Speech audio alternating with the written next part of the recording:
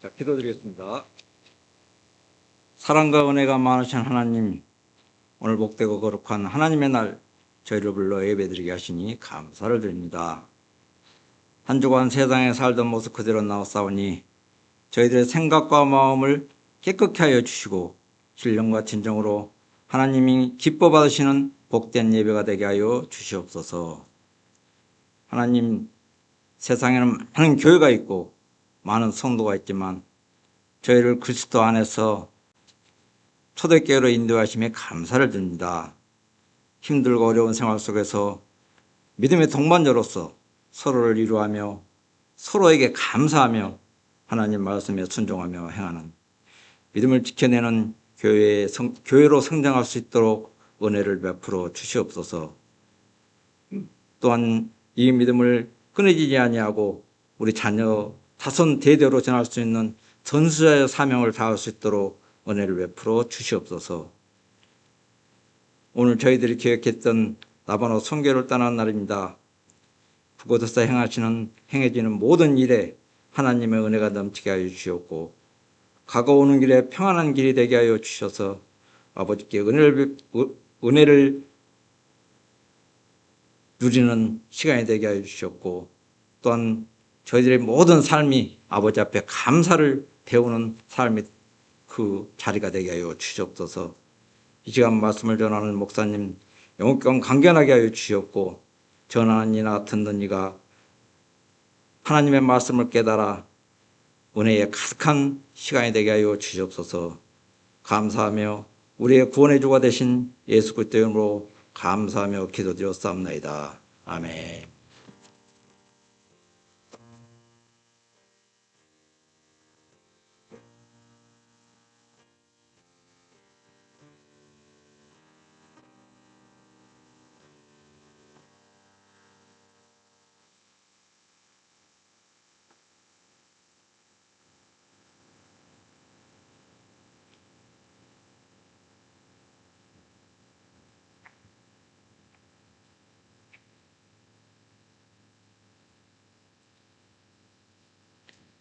수고하고 무거운 짐진 자들아 다 내게로 오라. 내가 너희를 쉬게 하리라. 나는 마음이 온유하고 겸손하니 나의 멍에를 메고 내게 배우라. 그리하면 너의 마음이 쉼을 얻으리니 이는 내 멍에는 쉽고 내 짐은 가벼움이라 하시니라. 마태복음 11장 28절에서 30절 말씀. Come to me, all you who are weary and burdened, and I will give you rest. Take my yoke upon you and learn from me, for I am gentle and humble in heart, and you will find rest for your souls. For my yoke is easy and my burden is light. Matthew chapter 11, verse 28 to 30.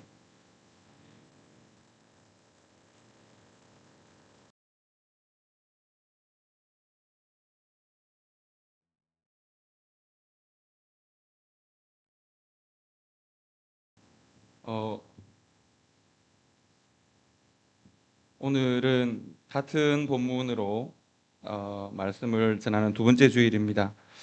지난 주일에 제가 4번에 걸치는 설교 계획을 여러분들에게 말씀을 드렸고요. 두 번째 주는 이제 그 십자가와 또 짐과 십자가에 대한 말씀을 전하겠다고 제가 미리 말씀을 드렸습니다. 오늘은 그 이야기를 할 겁니다.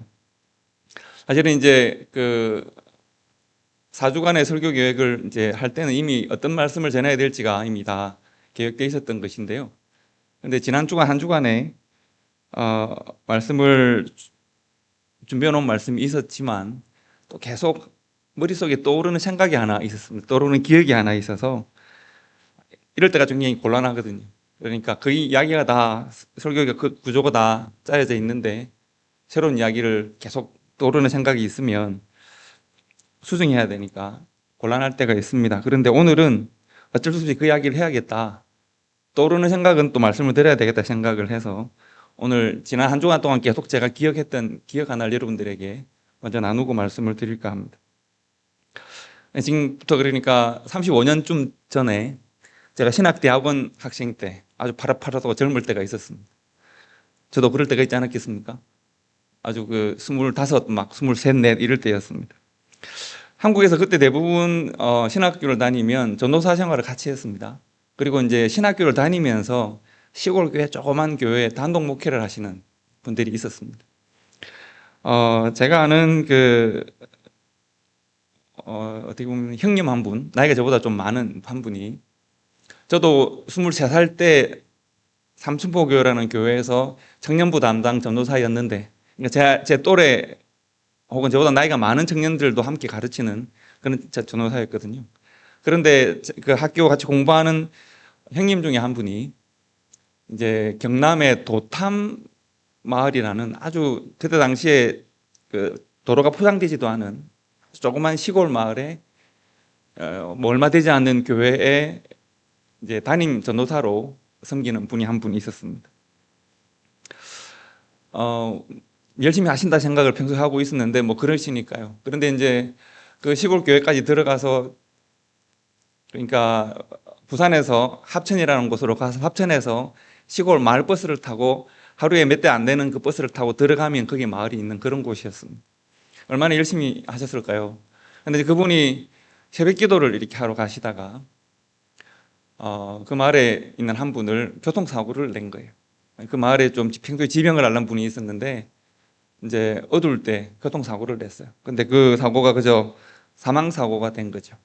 근데 그때는 또 여러 가지 보험 처리도 잘 안 되고 하니까 바로 그냥 경찰에 잡혀가고, 그 동네, 조그만 동네에서도 난리가 나고, 그 교회도 난리가 나고, 또 가정도 물론 어려워지고, 학교에서도 그런 일이 드문 일이니까.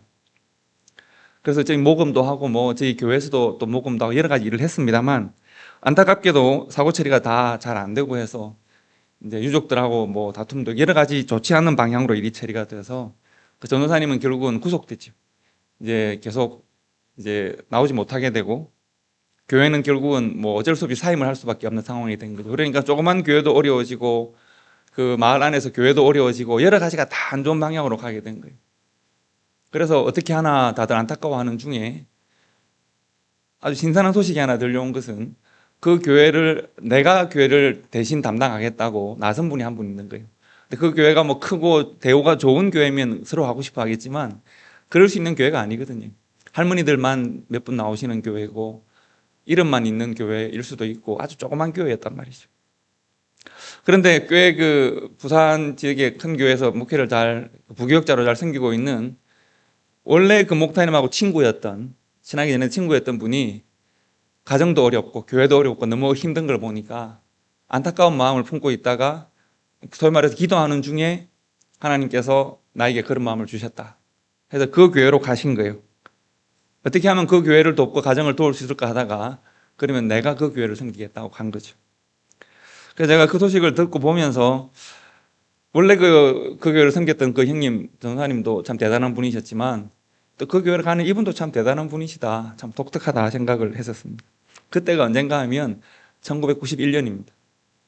그러니까 한참 전이죠. 1991년에 여기 있는 많은 우리 친구들이 태어나지 않았을 때에 있었던 일입니다. 저는 1998년에 미국으로 왔습니다. 미국으로 와서 이제 저는 필라델피아에서 공부를 하고 또 교회도 이제 개척을 해서 섬기고 있는 중이었는데, 저희 교단에 새로운 이름 하나가 올라왔습니다. 어느 한 목사님이 버지니아에 있는 빛과 소금 교회라고 하는 교회에 부임을 했다는 거죠. 보니까 이름이 제가 봤던 그 이름하고 똑같아요. 그래서 같은 뭐 동명이인이겠지 하고 봤었는데, 보니까 그 도탐교회라는 그 교회에 왔던 그 형님이 여기 또 오신 거예요. 그래서 아이고 반갑게 인사를 했었습니다. 그때가 언젠가 하면 2012년입니다. 그러니까 오래 시간이 지난 거죠. 1991년에 그 목사님이 그 길을 가셨고 2012년 20년이 지나서 이제 미국에서 새로운 교회 담임을 시작하신 겁니다. 그렇게 하고 친하게 인사도 하고 잘 지냈었는데요. 3년이 지났습니다. 그 목사님이 그곳에 가신 지 3년 지났는데 안 좋은 소식이 들렸습니다. 그 목사님이 대장암에 걸렸다는 겁니다. 그것도 발견했을 때 이미 3기, 4기 안 좋은 시기에 들어와 있었습니다.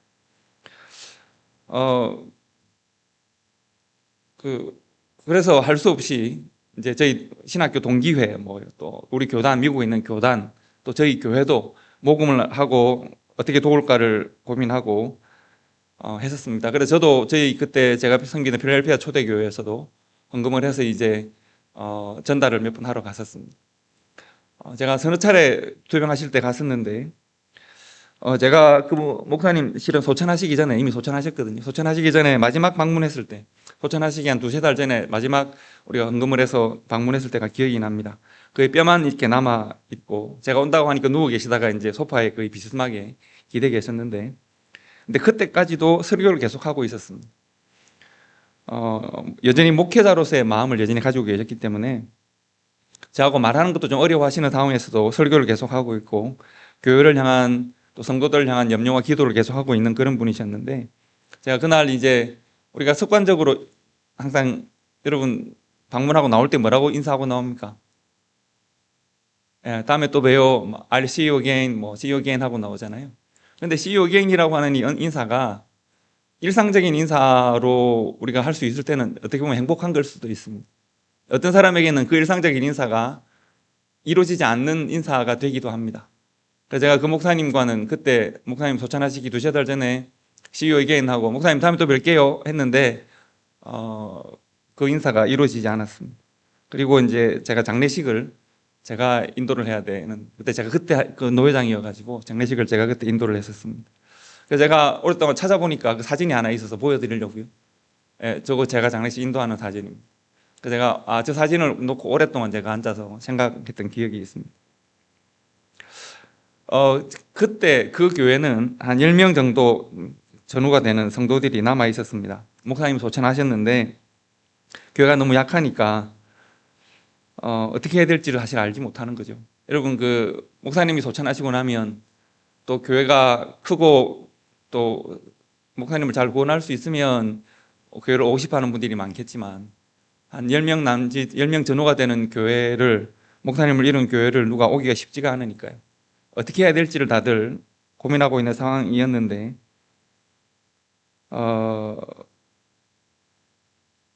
그때가 2018년입니다.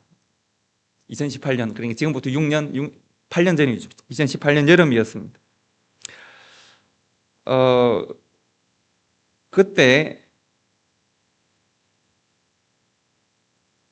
한 목사님이 이렇게 나섰습니다. 그 목사님은 어떤 분인가 하면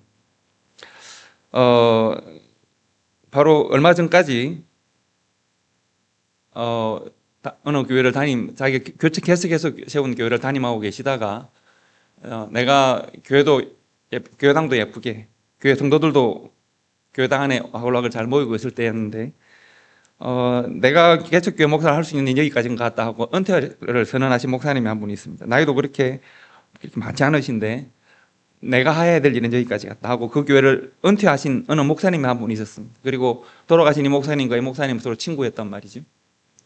근데 이 목사님이 마침 내가 은퇴도 했고 이 교회는 섬길 목회자도 없고 성도들은 목자린 양과 같이 헤매고 있고, 그래서 그러면 내가 이 교회를 목회자가 올 때까지 섬기겠다라고 이야기했습니다. 그런데 이 목사님 집에서 이 교회까지 가는 것이 꽤 먼 거리입니다. 저도 제가 잘못 기억을 하긴 했었는데 왕복 한 4시간 이상 걸리는 먼 거리입니다.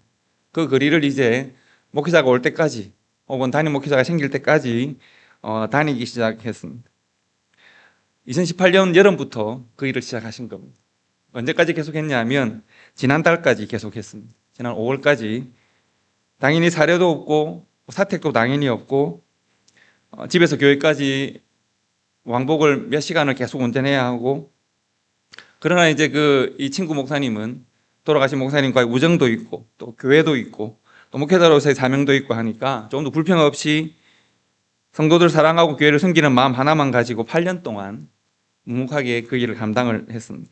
그래서 그 과정에서 성도들도 이제 그 교회 성도들도 이사를 가고 교회가 더 이상 모일 수 없는 상황이 되어서 지난달에 그 교회는 이제 하나님 뜻 가운데 교회를 클로즈하고 성도들은 남은 성도들은 이제 다른 교회를 섬기게 됐습니다. 소천하신 그 친구 목사님은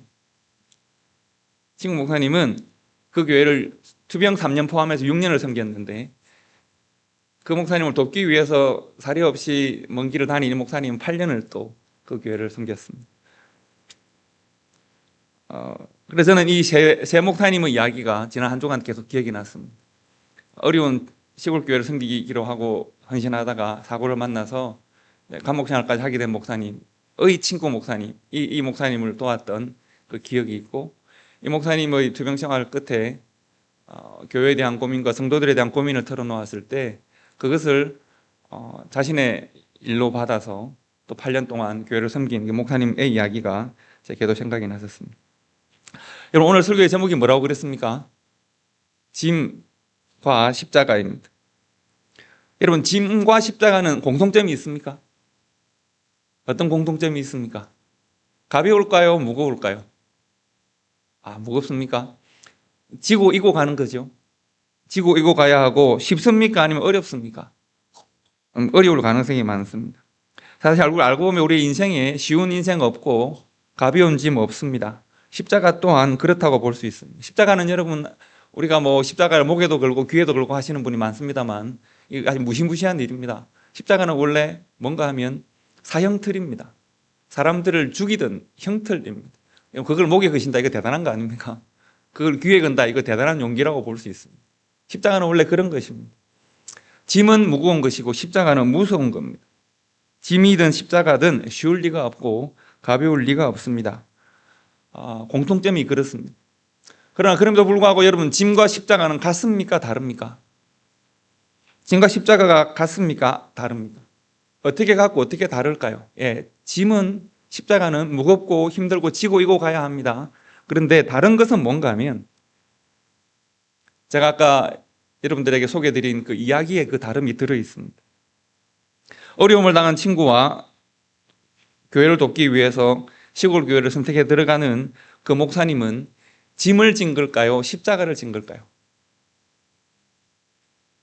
인생의 짐, 수고하고 무거운 짐을 지고 시골 교회로 들어간 걸까요? 아니면 내가 그 시골 교회에 대한 사명을 십자가로 감당하기 위해 들어간 걸까요?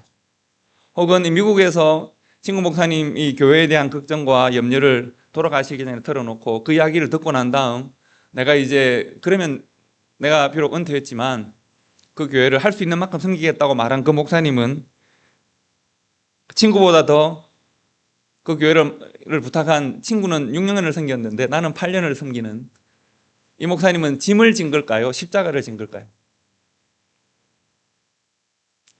대답하기 어려우신가요? 여러분이 짐이라고 대답하셨던 십자가로 대답하셨던 어떤 대답을 하셔도 좋습니다. 제가 다만 궁금한 것은 우리 안에 있는 짐과 십자가의 기준입니다. 여러분은 무엇을 짐이라고 말씀하고 무엇을 십자가라고 말씀합니까? 여러분은 짐 지고 가는 인생입니까? 아니면 십자가 지고 가는 인생입니까? 여러분의 인생은 짐이 가득해서 수고하고 무거운 짐진 인생입니까? 아니면 예수 그리스도와 함께 자기를 부인하고 자기 십자가를 지고 가는 인생입니까? 성도들이, 제가 상담하고 성도들 만나다 보면 자주 하는 말, 제가 자주 듣는 표현이 있습니다. 상담을 한다는 것은 삶에 어려움이 있다는 것이고 대부분 관계에 어려움이 많습니다. 우리 특히 여자분들, 제가 그렇게 하지 말라고 말을 하는데 말 안 듣는 남편들 보면서 그런 말 자주 한다 아닙니까? 와, 저 징글징글한 저 십자가 저거 어쩌면 좋겠노, 이런, 저 십자가 저거를 내가 진짜 버리지도 못하고 저거를 내가, 그런 말씀을 하시는, 그런 말씀을 해보신 분이 있냐고 물어봐 손들면 또 부부싸움 하시고 그러겠죠. 여러분, 남편, 아내 혹은 내 자녀들 혹은 나의 관계들, 끊을 수 없는 관계들을 십자가로 표현해 보신 적이 있으십니까? 십자가라고 이거 내가 저걸 어떻게 하면 저걸 징글징글 해가지고 이런 표현 해보신 적 있으십니까? 자주 그렇게 표현하는 것 같습니다. 내가 원하지 않았고 바라지 않은 일들이 내 삶에 발생하고 관계가 내 뜻대로 해결이 안 되면 내가 이거 평생 지고 가야 될 십자가인데, 이런 표현을 하는 것 같습니다. 여기서 십자가는 부정적입니까? 긍정적입니까? 부정적이죠. 우리가 지난주에 여러분 멍에 관한 여러분들 말씀을 제가 나눴는데요. 우리가 수고하고 무거운 짐진 자들아, 예수님께서 그렇게 말씀하십니다. 사람들은 각자 방식으로 자기 인생의 짐을 지고 살아갑니다. 여러분, 멍에는 짐입니까? 아니면 멍에는 짐을 지는 방식입니까? 멍에는 짐을 지는 방식이죠. 멍에 자체가 짐은 아닙니다. 멍에는 짐을 지는 방식입니다. 예수님께서 그들을 초대하시고 많은 사람들을 우리와 같은 사람들을 초대하시고 그들의 어깨에 메인 멍에와 짐을 내려놓고 예수님이 주시는 새로운 멍에를 예수님과 함께 메고 그 짐을 다시 바라보자라고 말씀하십니다. 우리가 구별할 수 있어야 합니다. 구별할 수 있어야 합니다. 무엇을 구별해야 되느냐 하면 첫째는 짐인지 십자가인지를 구별합시다. 십자가인데 짐짝 취급하면 안 되겠습니다. 둘째는 짐인데 십자가처럼 모시면 안 되겠습니다. 자, 이해가 되셨습니까? 짐을 십자가처럼 내가 붙들고 있기도 할까요? 그러기도 합니다, 여러분. 분명히 짐인데 이건 주님께서 내게 맡긴 십자가예요. 붙들고 있기도 합니다. 십자가인데 짐처럼 여기기도 합니다. 아이고 못 견디겠어요, 못 하겠어요라고 불평하기도 합니다. 우리가 짐을 구별하여 내려놓을 수 있기를 바라고 십자가를 구별해서 주님과 함께 지고 갈 수 있기를 바랍니다. 우리가 그것을 위해서 오늘 말씀을 함께 나누는 겁니다. 그렇다면 우리 성도들의 삶의 짐은 어떤 것인가? 짐이란 도대체 뭔가? 그 구별을 좀 말씀드리려고 합니다. 짐이란 뭘까요? 일단 무거움의 모두가 짐일까요?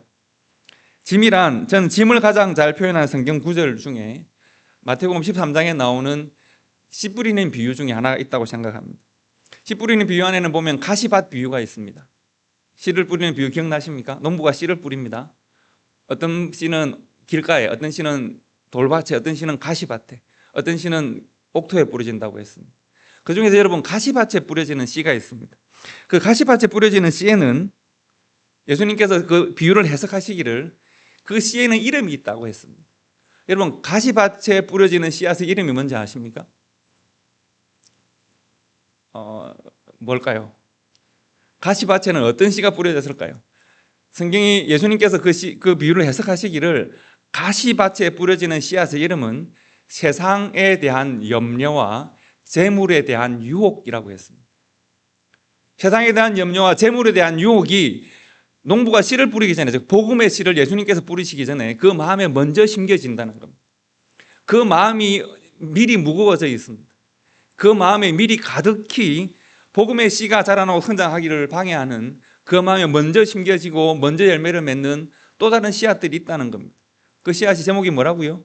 이름이 세상에 대한 염려와 재물에 대한 유혹입니다. 복음의 씨가 뿌려지기 전에 마음밭에 뿌려졌고 그 마음에 그 씨가 자라고 있기 때문에 그 씨가 자라는 것을 볼 때 쉽게 내 그 마음밭을 가진 사람은 그것이 복음의 씨라고 오해할 때가 있습니다. 자라고 있으니까, 나는 예수를 믿으니까 자기 자신은 예수 믿는 사람으로 생각합니다. 내가 예수를 주로 고백합니다. 나는 성도입니다. 그리고 내가 그러므로 내 마음에 복음의 씨가 뿌려졌다는 것을 믿습니다. 그러므로 내 안에 나는 성도이고 내 마음에 복음의 씨가 뿌려졌기 때문에 내 안에 자라는 모든 것이 다 복음의 열매라고 생각을 하기 쉽습니다. 우리 마음을 한번 잘 보십시오. 내 마음에 자라는 모든 생각, 내 삶의 모든 소원은 다 복음적입니까? 그 모든 것은 다 복음적이고 하나님께서 기뻐하시는 하나님의 뜻입니까? 그렇지 않을 수 있습니다. 우리가 그것을 오해 없이 구별할 수 있어야 합니다. 나는 예수를 믿습니다. 나는 성도입니다. 내 안에 복음의 씨가 뿌려졌습니다. 복음의 씨만 뿌려졌습니까?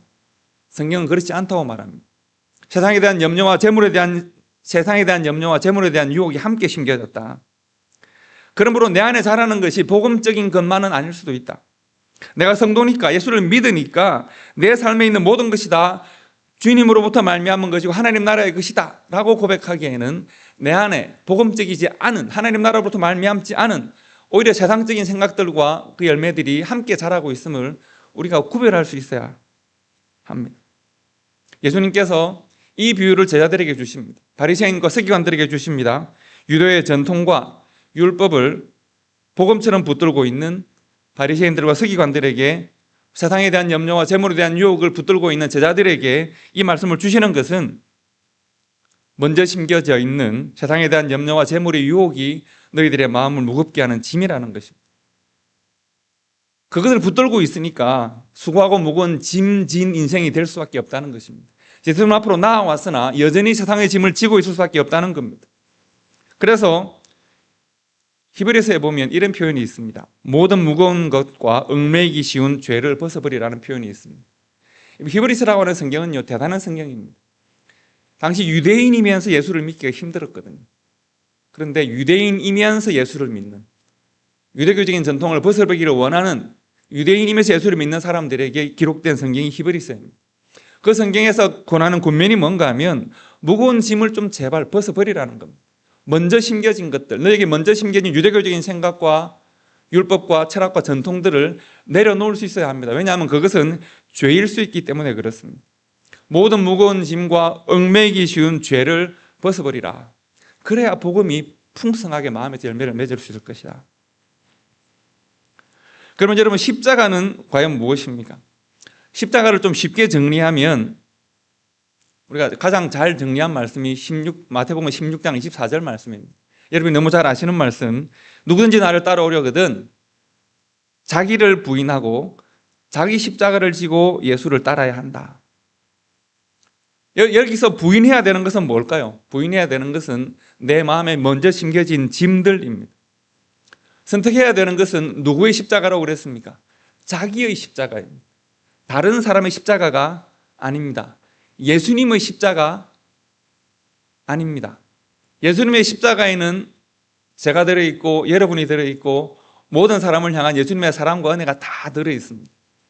우리가 예수님의 십자가를 지는 것이 아니라 예수님과 함께 가기 위하여 나의 삶에 맡겨진 내 삶의 사명을 감당하는 겁니다. 나의 십자가를 지는 겁니다. 나의 십자가를 하나님께서 나에게 허락하시는 내 인생의 가치와 내 인생의 목표와 내 인생의 은혜를 붙들고 내가 나아가는 겁니다. 내 십자가 안에는, 예수의 십자가 안에는 우리를 향한 구원의 은혜가 있고 우리의 이름, 여러분 여기 있는 모든 분들의 이름이 다 있을 겁니다. 예수 십자가에는 역사적으로 존재하는 모든 성도와 교회 이름이 다 있습니다. 나의 십자가는 어떻게 우리가 예수의 십자가와 비교할 수 있겠습니까? 나는 나의 십자가를 지고 가는 겁니다. 내 십자가에는 무엇이 들어있을까요? 나는 내 십자가에는 무엇이 있기에 내가 그것을 함께 끌고 갈 수 있을까요?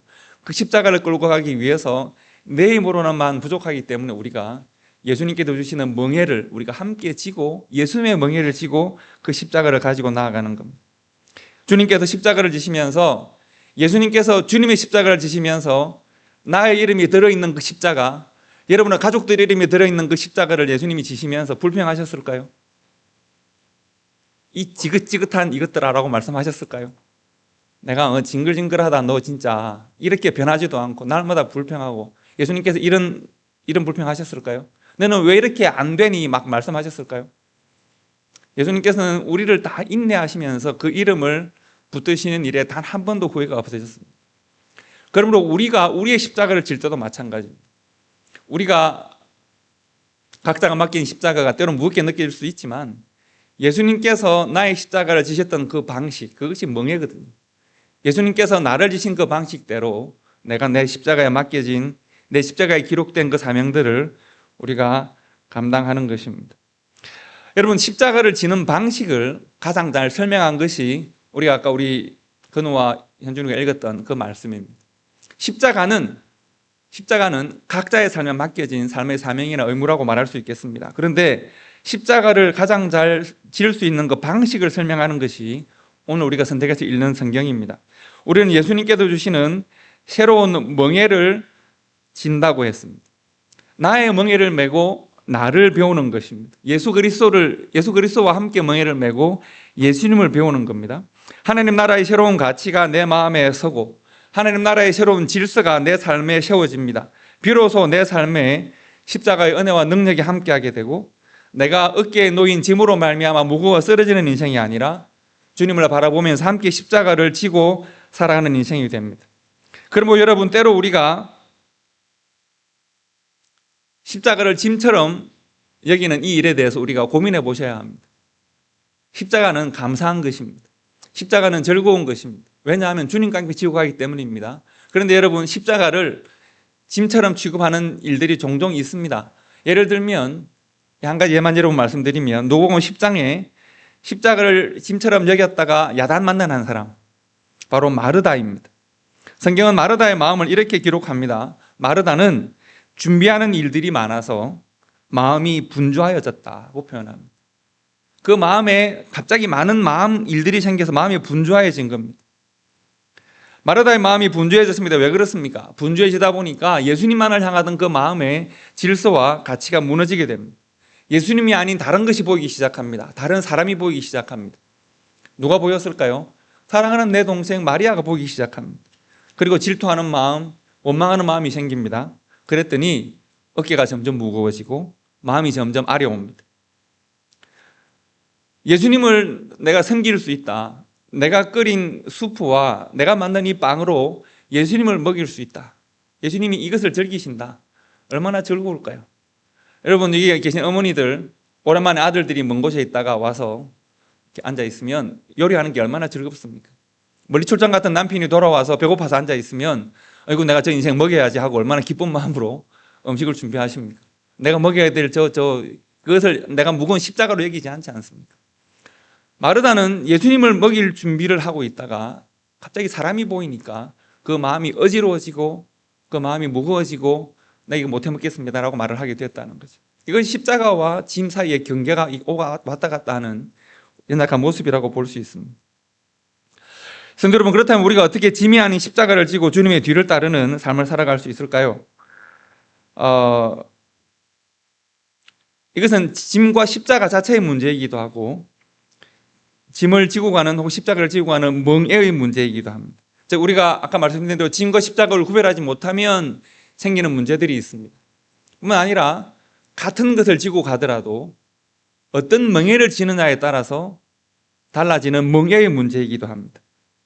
세상의 염려와 재리의 유혹을 십자가로 여기지 말아야 하고 혹은 교회가 성도가 하나님 나라의 백성으로 우리가 감당해야 되는 나의 영적인 사명을 짐으로 여기지 말아야 하는데 우리가 이 십자가를 잘못된 방식으로 지고 가면 십자가를 짐처럼 여기기도 합니다. 우리의 어깨에 놓인 멍에에 대해서 생각을 해보셔야 합니다. 제가 지난주에 여러분들에게 멍에라고 하는 이 욕라고 하는 것에 대해서 현대적으로 우리가 욕이 뭔지 잘 모르고 또 한국의 멍에와 2000년 전에 유대인들의 멍에가 달랐기 때문에 생기는 오해에 대한 말씀을 드렸습니다. 다시 한번 그 그림을 다시 한번 더 보실까요? 한국의 멍에와 미국의 멍에, 그 유대인들의 멍에는 어떻게 달랐는가? 저것이 한국의 전통적인 멍에입니다. 한 마리 소에게 지워지는 멍에입니다. 사람들에게도 동일하게 지워지기도 합니다. 저것도 사람에게 씌워지는 멍에라고 말할 수도 있습니다. 그러나 2000년 전에 유대인들은 다른 방식으로 멍에를 썼습니다. 2000년 전에 유대인들은 두 소에게 함께 멍에를 씌웠습니다. 그래서 힘센 한 황소가 약한 어린 소를 교육하고 그 어린 소가 성장할 수 있도록 돕는 방식으로 어린 소를 가르치기 위해서 저렇게 멍에를 함께 씌웠습니다. 그러면 힘센 소가 약한 소를 끌고 갈 수 있는 거죠. 예수님께서 말씀하시는 나의 멍에를 너가 함께 지고 나에게 배우라는 말은 내가 세상 모든 죄를 다 감당하고 가는데 옳다고 나 너에게 내 멍에를 다 줄 테니까 너가 이제 지고 가 라고 말씀하는 것이 아니라 예수님께서는 나와 함께 내 곁에 너가 서서 나와 함께 멍에를 지고 가서 나의 멍에를 메고 너가 내게 배우면 나는 나의 십자가를 지고 너를 위한 십자가를 지고 세상으로 나아갈 때 너에게 맡긴 십자가를 너가 지고 나아갈 수 있도록 너가 성장할 수 있을 것이다. 자라날 수 있을 것이다. 그 말씀을 하고 있는 거예요. 그러므로 어떻게 보면 이 십자가를 지고 가는 것은 십자가와 짐을 구별해야 되는 문제이면서 우리가 어떻게 십자가를 짐처럼 여기지 않을 수 있을까? 이게 멍에의 문제입니다. 내가 어떻게 이 멍에를 예수 그리스도의 멍에를 나의 멍에가 아니라 예수 그리스도의 멍에를 함께 지고 예수에게 배우면서 예수님의 십자가를 지는 그 방식을 내 마음에 담아서 내가 십자가를 지고 나아갈 수 있는가? 이것이 중요한 것입니다. 여러분, 저는 제가 감사한 것이 있습니다. 저는 사실은 대단히 목회자로 살아가기에 대단히 좋은 자질을 가진 사람이 아니다 늘 생각하고 있습니다. 그러나 하나님께서 저를 사랑하여 도와주신 것은 저희 주변에 좋은 목사님들 또 좋은 성도들이 있다고 생각합니다. 그 중에서 저는 아까 제가 말씀드린 그 형님들이 있습니다. 제가 세 형님을 차려 말씀드렸는데 그분들은 우리가 멀리 예수님은 잘 보이지 않지만 그 형님들은 너무나도 제가 잘 경험하고 늘 함께 생활하는 분들이어서 친하게 지내는 분들이어서 늘 봅니다. 십자가를 어떻게 지는지를 잘 보여주는 예라고 생각합니다. 친구의 빈자리를 그저 우정만이 아닌 하나님께서 나에게 주시는 거룩한 사명이라고 봐서 친구의 자리를 채워가는 그러한 모습들, 8년 동안 별 보상 없이 왕복 4시간 이상을 오직 사랑 하나로 운전하고 교회를 지켜갔던 이 일들은 또 시골 교회로 들어가고 내가 도와주겠다고 하고 그저 저처럼 약간 약삭 빠르게 헌금 얼마 이렇게 모아서 그것도 저만의 그 자금도 아니라 성도들과 함께 교회와 함께 그렇게 해야 된다고 이렇게 치고 빠지고 말이죠. 이런 비겁한 모습이 아니라 자신의 삶을 헌신하고 바치는 이런 일은 세상적으로 보면 미련한 짐을 지는 것처럼 보일 수도 있겠습니다. 그러나 우리 하나님의 입장에서 그 남겨진 교회와 목회자의 자리를 누군가가 헌신하겠다고 들어가는 그 모습을 보고 하나님께서 보시기에 얼마나 아름다웠을까, 하나님께서 얼마나 그것을 귀하게 보셨을까 생각합니다. 그리고 또 제게는 좋은 성도들이 있습니다. 저는 그 지난 25년간 제가 섬겼던 교회 성도들에게 늘 제가 표현하기를 감사하다고 표현합니다. 필라 초대교회 감사하다고 표현합니다. 참 좋은 성도들이 있어서 제가 행복하게 목회를 잘 섬겨온 것 같습니다. 그리고 저는 여기에 계신 여러분들도 마찬가지입니다. 사실은 우리 시대에 개척교회 성도가 된다는 것은 쉬운 선택은 아니라고 생각합니다. 여러분은 참 대단하신 분들이십니다. 사실은 개척교회라고 하는 것은 들을 때부터 마음이 무거워지지 않으십니까?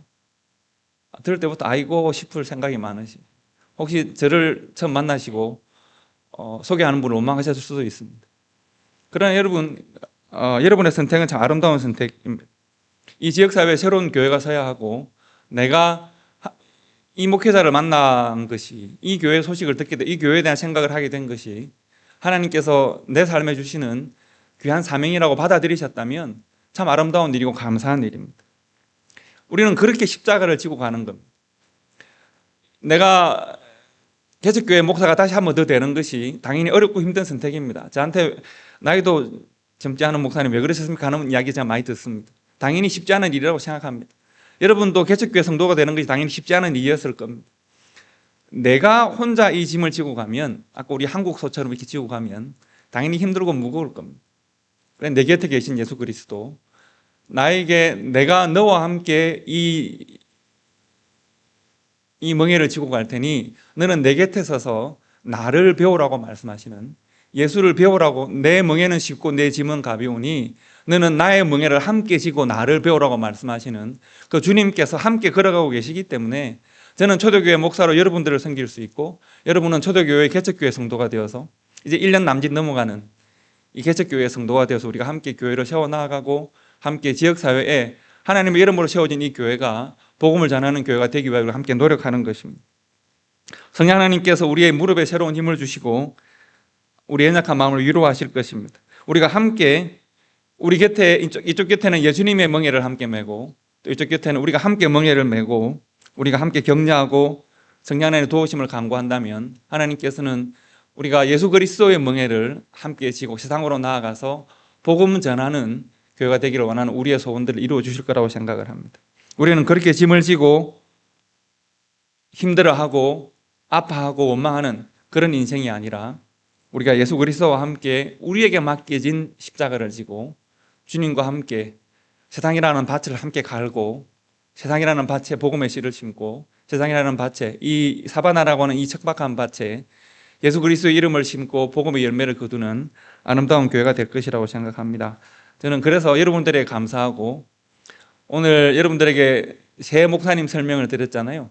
그 새 목사님의 마지막 자리 8년 동안 그 귀한 사역을 감당하신 우리 정병택 목사님에게도 감사를 드리고 사모님에게도 감사를 드리고 우리 기쁨에게도 감사를 합니다. 세 번째 그 목사님 오늘 예배 참석하셔서 제가 오늘 예배 참석하신다는 소식을 제가 들어서 오늘 이 한 주간 동안 계속 그 생각을 했었습니다. 함께 감사를 드립니다. 그러니까 제 곁에 계신 저런 목사님들 또 여러분들 이 예수님의 자리를 대신하는 함께 짐을 지고 가는 함께 십자가를 지고 가는 성도들이라고 생각합니다. 우리들이 함께 주님께서 가르치신 이 아름다운 멍에를 함께 지고 이 지역에 복음을 전하고 복음의 밭을 갈고 복음의 씨를 뿌리는 우리 아름다운 초대교회 될 수 있기를, 성도가 될 수 있기를 주님의 이름으로 부탁드립니다. 기도하겠습니다. 아버지 하나님, 주님의 사랑과 은혜에 감사를 드립니다. 오늘도 저희들 예수 그리스도의 이름을 부르며 예배하게 하심을 참으로 감사를 드립니다. 아버지 하나님, 우리가 이 지역 사회에, 이 시대에 하나님의 이름으로 귀한 교회를 세우게 하심도 주님 감사를 드립니다. 우리에게 귀한 사명 주셨음을 생각하고 우리에게 맡긴 이 귀한 십자가를 함께 지고 나아가는 성도와 교회가 될 수 있도록 도우시고, 우리가 연약함을 고백하며 주님께서 함께 이 멍에를 지셨음을 고백하고 우리가 함께 이 멍에를 지고 세상으로 나아가 복음의 씨를 뿌릴 수 있는 아름다운 교회로 설 수 있도록 인도하여 주시옵소서. 감사드리며 예수님 이름으로 기도드립니다. 아멘.